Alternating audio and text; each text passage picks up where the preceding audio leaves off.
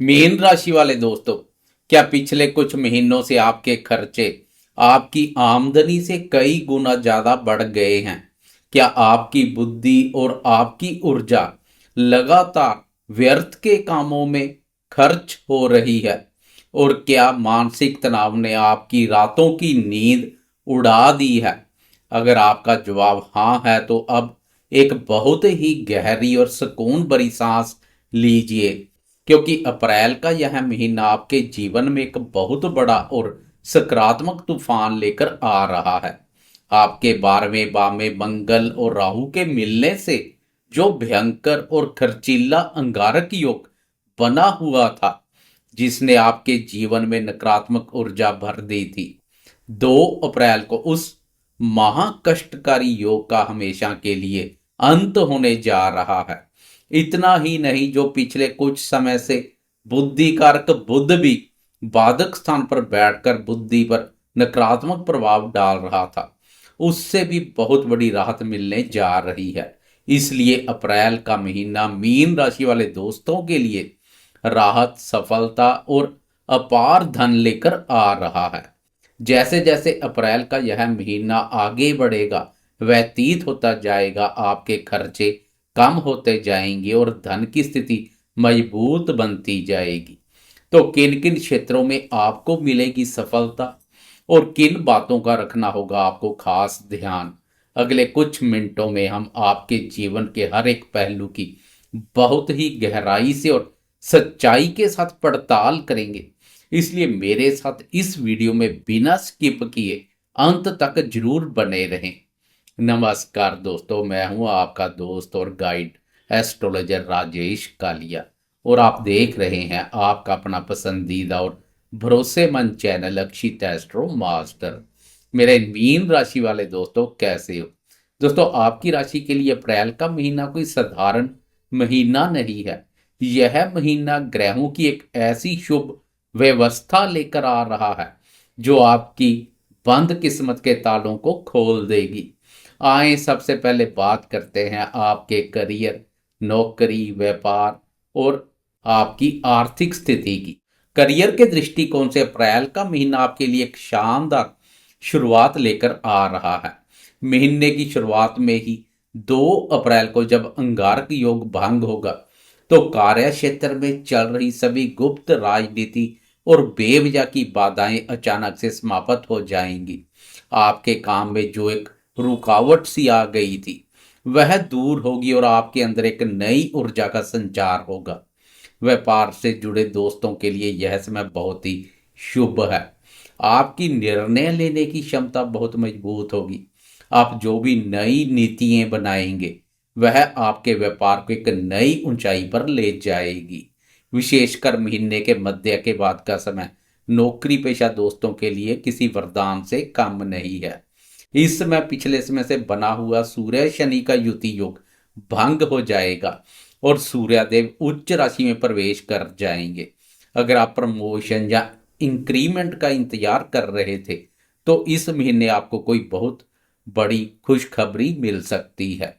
14 अप्रैल से पहले उच्च अधिकारी और वरिष्ठ अधिकारी वर्ग के साथ जो गिले शिकवे चले आ रहे थे, वह भी दूर हो जाएंगे। वरिष्ठ अधिकारियों का आपको पूरा सहयोग प्राप्त होगा। 11 अप्रैल को व्यापार कारक बुध का राशि परिवर्तन भी व्यापारी दोस्तों के लिए उत्तम रहेगा। 11 अप्रैल से पहले बुध का 12वें बाधक स्थान पर संचार व्यापार पर भी नकारात्मक प्रभाव डाल रहा है। अब 11 अप्रैल के बाद बुध का आपकी राशि पर संचार व्यापारी दोस्तों को भी राहत प्रदान करेगा। अब बात करते हैं आपकी आर्थिक स्थिति की, जो इस महीने सबसे ज्यादा मजबूत होने वाली है। मीन राशि वाले दोस्तों, पिछले कुछ समय से आपका 12वां भाव, जो कि खर्चों का भाव है, बहुत अधिक पीड़ित था। लेकिन 2 अप्रैल के बाद आपके अनावश्यक खर्चों पर पूरी तरह से लगाम लग जाएगी। धन भाव में बैठे शुक्रदेव, जो कि सुख और ऐश्वर्य के कारक है, वह आपको धन कमाने के नए और शानदार अवसर प्रदान करेंगे। आपकी वाणी में एक गजब का आकर्षण होगा, जिससे आप लोगों को अपनी ओर खींचेंगे और इसी के दम पर आप बड़ी बड़ी डील्स फाइनल करेंगे। फंसा हुआ या रुका हुआ पैसा इस महीने वापस आ सकता है। गायन वादन से जुड़े दोस्त भी अपने क्षेत्र में अच्छी कमाई करेंगे। 14 अप्रैल के बाद जब सूर्यदेव अपनी उच्च राशि में आकर आपके धन भाव पर संचार करेंगे तो यह आपके लिए धन में वृद्धि का समय रहेगा। सरकारी क्षेत्रों से लाभ मिलेगा और पैतृक संपत्ति से जुड़े विवाद आपके पक्ष में सुलझते हुए दिखाई देंगे। तो चलिए दोस्तों, अब बात करते हैं आपके स्वास्थ्य और आपकी सेहत की। स्वास्थ्य के नजरिए से अप्रैल का महीना आपको बहुत बड़ी राहत देने वाला है। 12वें भाव से राहु और मंगल के अंगारक योग के खत्म होने से आपकी मानसिक उलझनें दूर हो जाएंगी।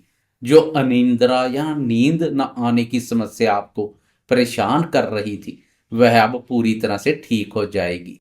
हालांकि महीने की शुरुआत में आपके प्रथम भाव यानी आपकी ही राशि में सूर्य, शनि और मंगल की उपस्थिति रहेगी।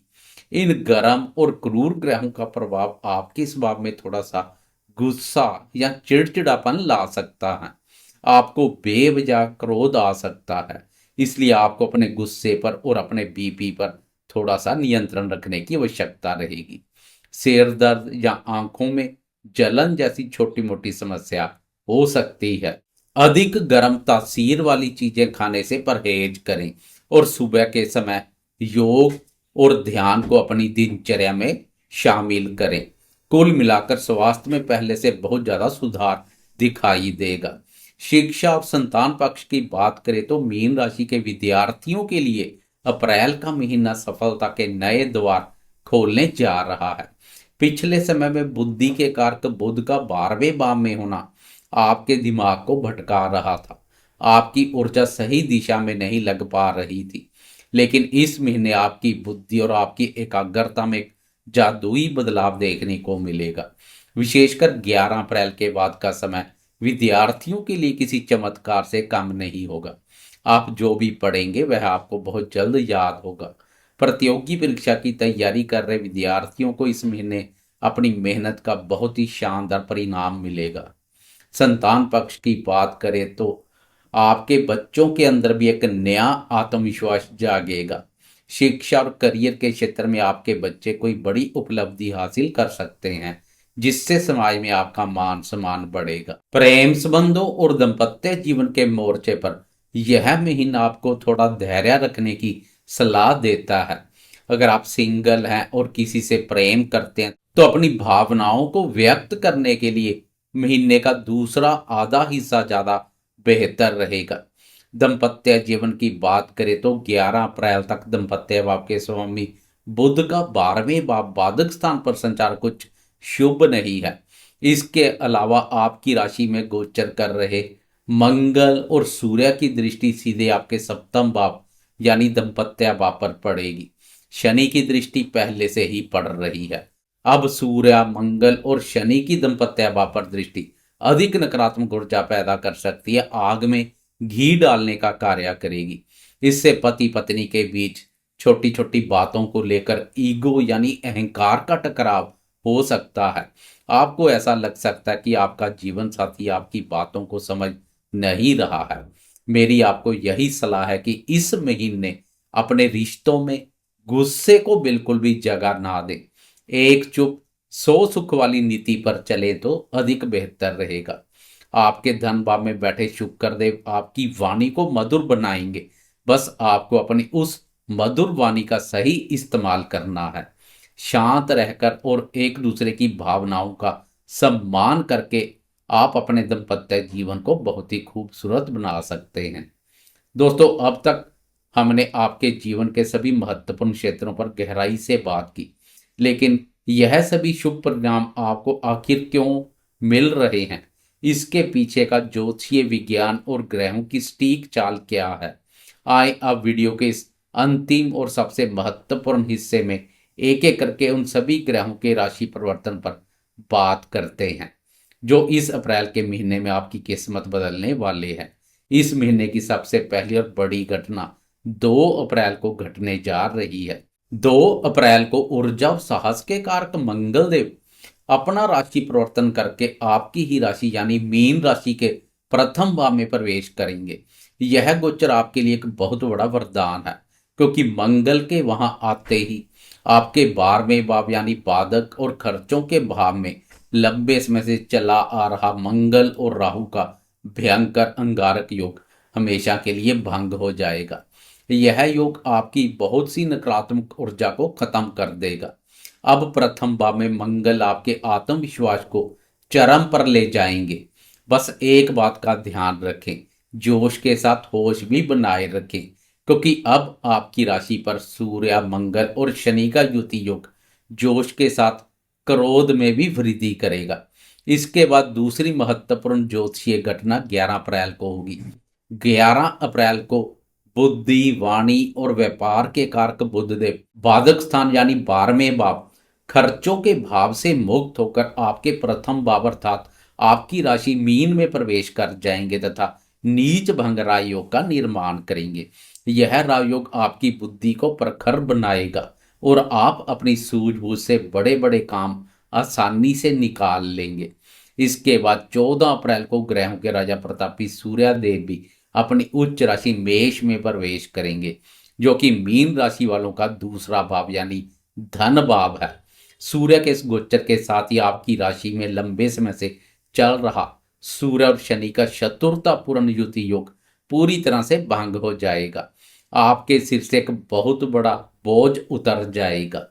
धन भाव में उच्च का सूर्य आपके लिए अपार धन और सरकारी क्षेत्रों से मान सम्मान लेकर आएगा। परिवार के सदस्य आपकी आज्ञा का पालन करेंगे।